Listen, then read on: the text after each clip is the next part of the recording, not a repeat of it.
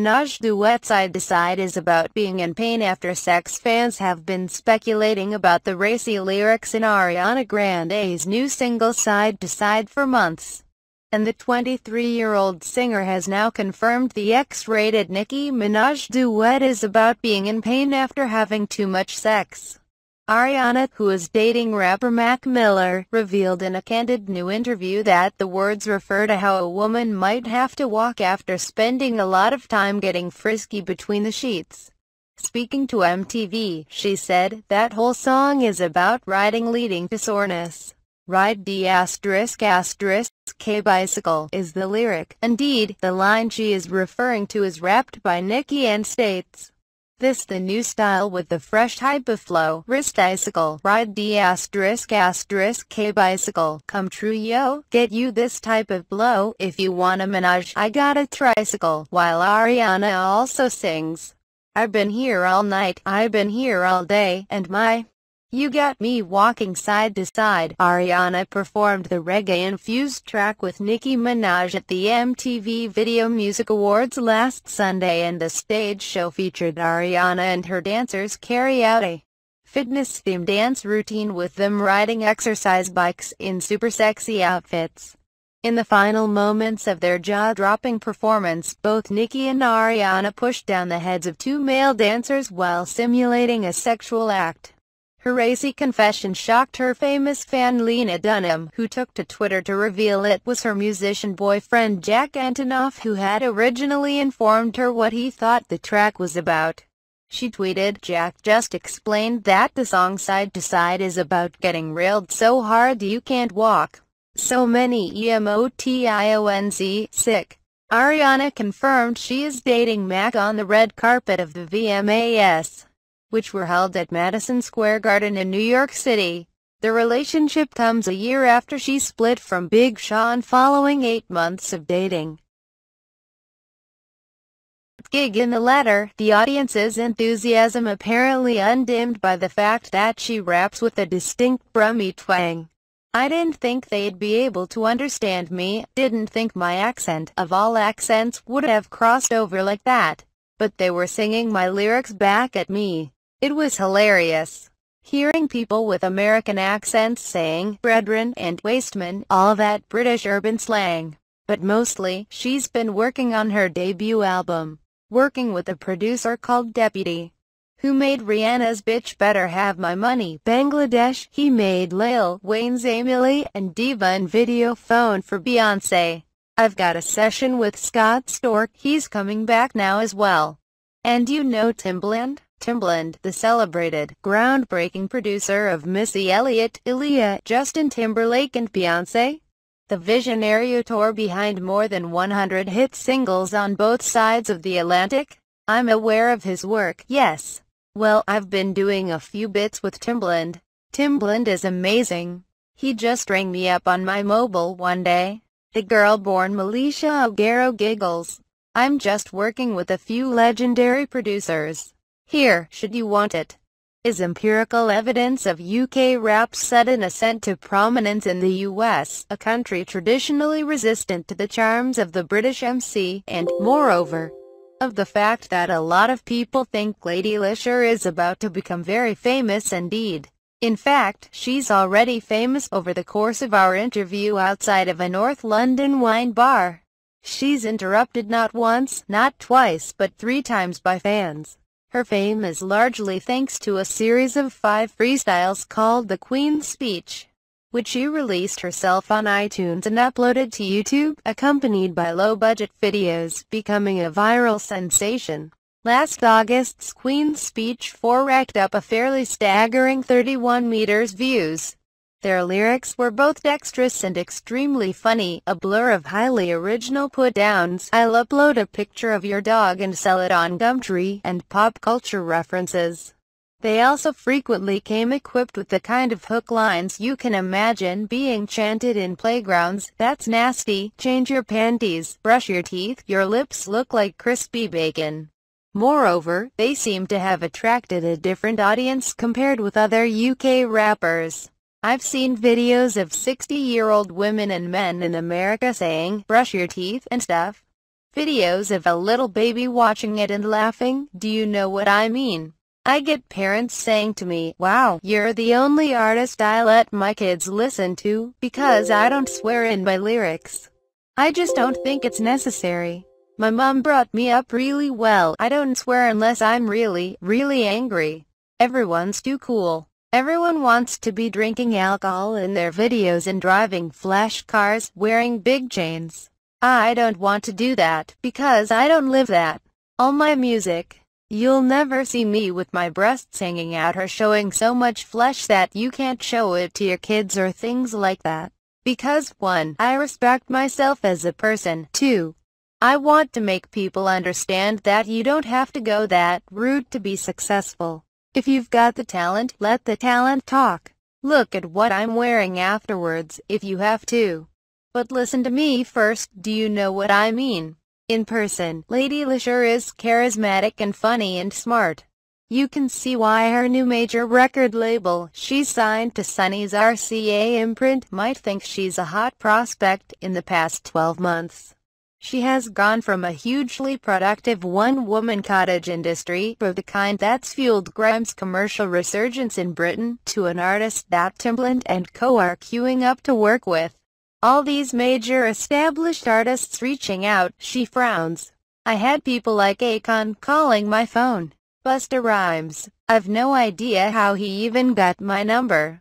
Young Money Records tried to reach out to sign me. She laughs again. I'm saying it all like it's so casual, but it's just because I don't really let things excite me like that. I try to be calm with it.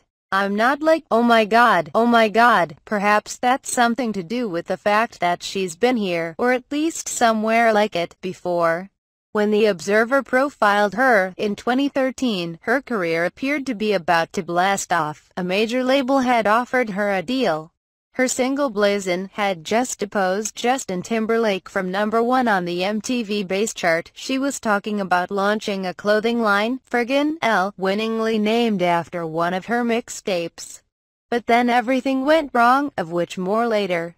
Or perhaps it's something to do with her background, which is substantially grimmer than the bubbly image she projects suggests. Before she became a rapper, she says, she started out writing poetry because I wanted to express myself. I grew up in a very strict family. My father was very strict, very violent. He had been brought up in a violent background, and it's probably just a cycle. But I think that was the push to try and express myself in another way. I couldn't really express myself to him or anybody else. I was very shy, always looked down, I'd never have any eye contact with people, so I put all that into poetry, writing down my frustration, what I felt and what I'd seen, or stuff written from my mom's view, as if I was my mother. I started thinking, you know what? Why don't I just rap, because it's just poetry with a beat behind it. Really. She learned to rap, produce, mix, master, everything, at a youth club across the road from her home in Solihull. We would all be in one room with a mic, someone would be DJing.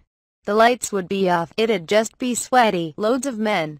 No other girls at all. At first, they were like, she's good for a girl, or, she's sick because there's no other girls about. There was always an excuse. So I thought, fine, I'm going to show you that I'm better than the next man. Not good for a female. So it pushed me to work hard, to write the best. She produced her first mixtape at 14. I had no idea how to promote, or how to get my things in shops. So I just used to leave CDs on the bus when I was on my way to school. I'd hand them out to strangers, leave them on park benches. Anywhere I thought people might see them and pick them up. Amazingly, it was a strategy that worked. Someone uploaded its contents to a website, I can't even remember what it was called. But it was big for UK artists at the time and it got loads of hits, but her burgeoning career was still hampered by her home life. I wasn't allowed out of my area. I wasn't allowed to go anywhere my friends were allowed to go to. I was always told by my father, no, you're not allowed to do this, no. You're not going to make it. There was a time when he sat all the brothers and sisters down in a room and he wrote down job professions and he put them in a hat, and whatever we picked out, we had to be. So all my sisters are like nurses, carers, my brothers are carpenters, mechanics, but I wouldn't do it. I knew that if I picked what was in that hat, I'd have to start studying for it. Me and one brother who's now a footballer were the only ones stood up to him. It caused a whole heap of madness, and I just ran away for a couple of hours. He wasn't there when I got back, and from that point I was just trying to dodge him. She left home after landing a role in a local film called One Day by rapping for the director. The film was withdrawn from cinemas. It was about gangs in Birmingham, and when they showed it in Birmingham, both gangs turned up to the cinema and people got stabbed and stuff, but it brought her to the attention of Wiley and Kano and Getz. All these people I'd grown up listening to. I didn't tell my parents I was moving to London. I just packed one suitcase. I left and I never went back. I think I told my mom I was going on a trip with the college or something. Her real break came when she uploaded a syllable-perfect parody video of Chris Brown and Busta Rhymes' Look at Me Now to YouTube. It got 100,000 views in half a day, and Atlantic Records in the US offered her a deal. They flew me out and we had a conversation. But their idea was that they were going to pit me against Nicki Minaj. It was like, she's the biggest female MC and you need to take her down, and I wasn't feeling that at all. That whole stereotype of female rappers and their supporters having to compete with each other, it seems to be a crime to be a fan of two female rappers that are successful. So I turned it down. The amount of money they were offering me was amazing. I've always turned to music to get my mom out of the house, out of that situation, so to see that type of money thrown at me, I'm not going to lie, I cried on the plane home, because I thought I'd made a mistake and my mom needed the money. It might have been my only chance, but I know by now I would probably have been dropped and my career would have been ruined. Back in the UK, she elected to put her career on hold for a year. I was going through a lot myself. Personally, I was living on couches, living out of bags and boxes. Sometimes I wouldn't even know where I was sleeping the next day. And then I went through a situation where someone completely tried to destroy my career, someone I thought was a friend, who deleted all my social networks. So I had to start again, basically. So I was like, you know what? I'm starting again as a brand new artist. If you were going to do that, I thought. I grew up on Missy, Eminem, Busta Rhymes. They had all those funny, rewatchable videos with crazy visuals, and I think that's what was and still is missing in the scene. Humor was definitely something I thought would work. I thought it would be different if I brought that to the scene, with the beats I'm using, which I co-produce. I wouldn't quite call them grime, they're a bit slower. People say they're a bit trap. I just wanted to create something new and fresh. It was a plan that has clearly worked beyond her wildest dreams, although she says she's keen not to be seen as just a funny person. The album's going to do the talking, because everyone's thinking this is all I do, the funny stuff. And the album's going to show that it's not. The album isn't the only thing on her mind at the moment. She's still thinking about a clothing line, although, alas, the friggin' name has been retired. She's talking about going back into acting. She's starting work on her own sketch show, starring a selection of alter egos she created on Snapchat. Whatever happens, she says, she has already managed to achieve her dream. With the money she made from the Queen's speeches, iTunes sales, and YouTube hits, she's buying her mom a house. I just kept setting money aside, and it's all still in the process at the moment. You know how mortgages are. But I'm eventually going to take her there, and it's going to have a massive bow on it. And I'm going to pretend it's my house that I've bought in Birmingham and then tell her it's hers. She has no idea, unless she reads this, of course. She drains her glass of fizzy wine. So much has happened just because of uploading a couple of videos, you know. I've had all these offers and artists reaching out.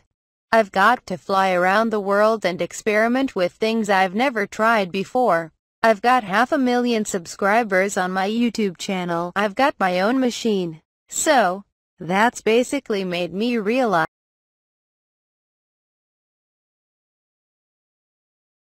by 3 watch Stranger Things. Millie Bobby Brown, aka 11, rapped Nicki Minaj's Monster verse while drenching her co-stars in silly string last night. The kids of Stranger Things took over The Tonight Show starring Jimmy Fallon, where they performed fake scenes, discussed awkward on-set moments, and played a game called Stranger Strings. The highlight came courtesy of the show's not-so-secret weapon Millie Bobby Brown, aka Telekinetic Lab Escapee 11. During Stranger Strings, it was revealed her hidden talent is rapping Nicki Minaj's verse from Kanye's Monster. Below, watch her do it while spraying her co-stars with silly string. See the rest of the segments beneath that. Yesterday, Stranger Things shared a teaser for Season 2. Watch it here. Read inside the spellbinding sound of Stranger Things on the pitch.